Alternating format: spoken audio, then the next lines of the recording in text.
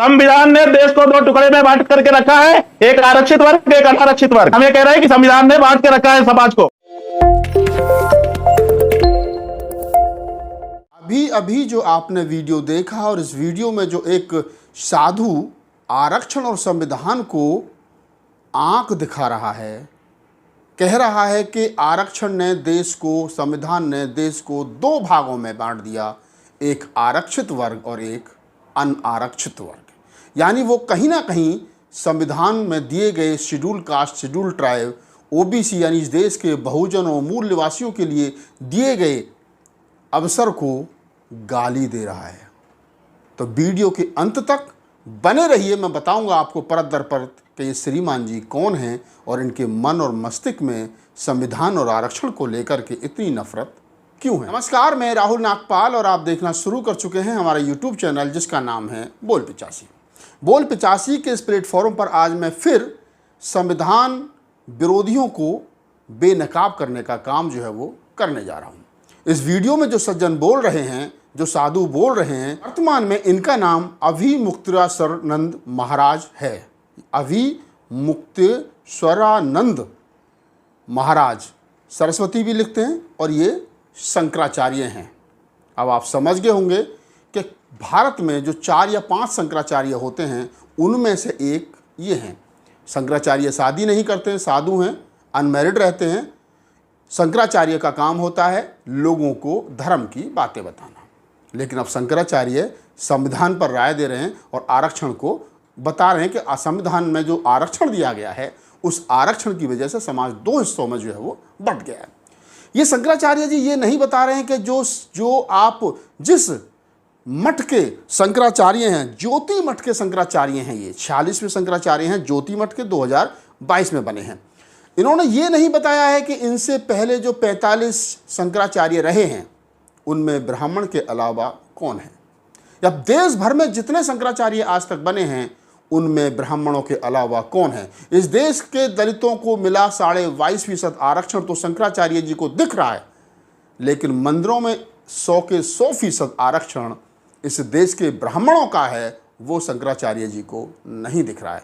कभी शंकराचार्य ये नहीं कहते हैं कि आइए हम दलितों को, पिछड़ों को, महिलाओं को शंकराचार्य बनाएंगे। कभी उनको ये नहीं दिखता है कि इस देश की जो गटर में वाल्मीकि समाज के, भंगी जाति के लोग गटर में उतर के नंगे वदन जो सफाई कर रहे हैं, इनमें कितने ब्राह्मण हैं, इसमें आरक्षण क्यों नहीं है। 100% वाल्मीकि समाज के, भंगी जाति के लोग गटर में उतरने को मजबूर हैं। वो नहीं दिख रहा है शंकराचार्य को, लेकिन शंकराचार्य को दिख रहा है SC ST OBC के लिए मिला हुआ छोटा सा एक आरक्षण कहिए, उसको आगे बढ़ने की एक सीढ़ी कहिए, उसको बराबरी में लाने की एक सीढ़ी कहिए। शंकराचार्य के पेट में दर्द है कि संविधान में जो आरक्षण दिया गया है, अरे भाई पूरा भी नहीं हुआ है। संविधान के विरोध में बोलने वाले लोग, सरकार की सह पर, सरकार के इशारे पर बोलने वाले लोग कभी ये नहीं कहते हैं कि इस देश के दलितों के साथ आज भी शोषण, अत्याचार जो हो रहा है, आज भी घोड़ी पर चढ़ने से उनको रोका जा रहा है, आज भी मूंछ रखने पर उनका कत्ल किया जा रहा है, मासूम बच्चों का कत्ल किया जा रहा है, छोटी छोटी बच्चियों के जाति के आधार पर बलात्कार किए जा रहे हैं, सरकारी कर्मचारियों की शियार खराब की जा रही है। हमारा आदमी सिपाही भर्ती होता, सिपाही रिटायर हो जाता, उसको प्रमोशन नहीं मिल रहा है, इस पर कोई नहीं बोलता है। संविधान में बाबा साहब डॉक्टर अम्बेडकर के अथक प्रयास और संघर्ष के बाद में जो थोड़े से अधिकार मिले हैं, अब शंकराचार्य जी, अभिमुक्तेश्वरानंद महाराज, बड़ा नाम भी कठिन है, मेरी जवान भी लड़खड़ा रही है नाम लेने में, वो महाराज जी ये नहीं देख रहे हैं कि उनका 100% आरक्षण कहाँ है, लेकिन बाबा साहब के कठिन संघर्ष के बाद जो आरक्षण मिला है उस पर वो कह रहे हैं कि आरक्षण ने संविधान को बांट दिया।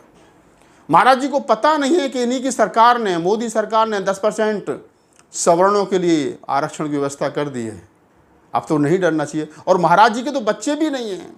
ये हमारे दलित समाज को, पिछड़े समाज के लोगों को समझने की ज़रूरत है कि हमारे बच्चे हैं, तब हम अपने बच्चों के भविष्य की चिंता नहीं कर रहे हैं।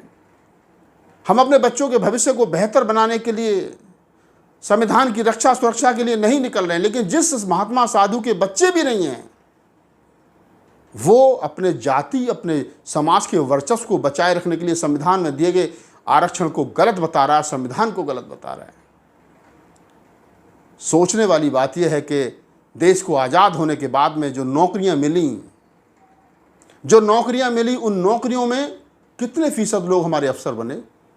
मैं जितना समझता हूं कि 80% के आसपास हमारे पहले जो लोग दलित समाज की नौकरियों में आए वो 4th क्लास में आए या 3rd क्लास की नौकरियों में आए। 2nd क्लास और क्लास 1 की नौकरी में हमारे लोग बहुत कम आए।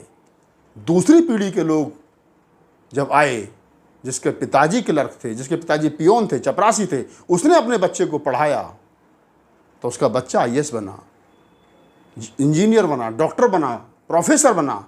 तीसरी पीढ़ी अभी जो चल रही है, जब वो IAS का बेटा IAS बनने लगा, इंजीनियर का बेटा इंजीनियर बनने लगा, डॉक्टर का बेटा डॉक्टर बनने लगा, तो सरकार ने सोचा कि इस देश के दलित जो किसी लायक हमारे सिस्टम ने उनको नहीं समझा, मनुस्मृति ने नहीं समझा, आज वो दलित हमारे बच्चों से आगे निकल रहे हैं।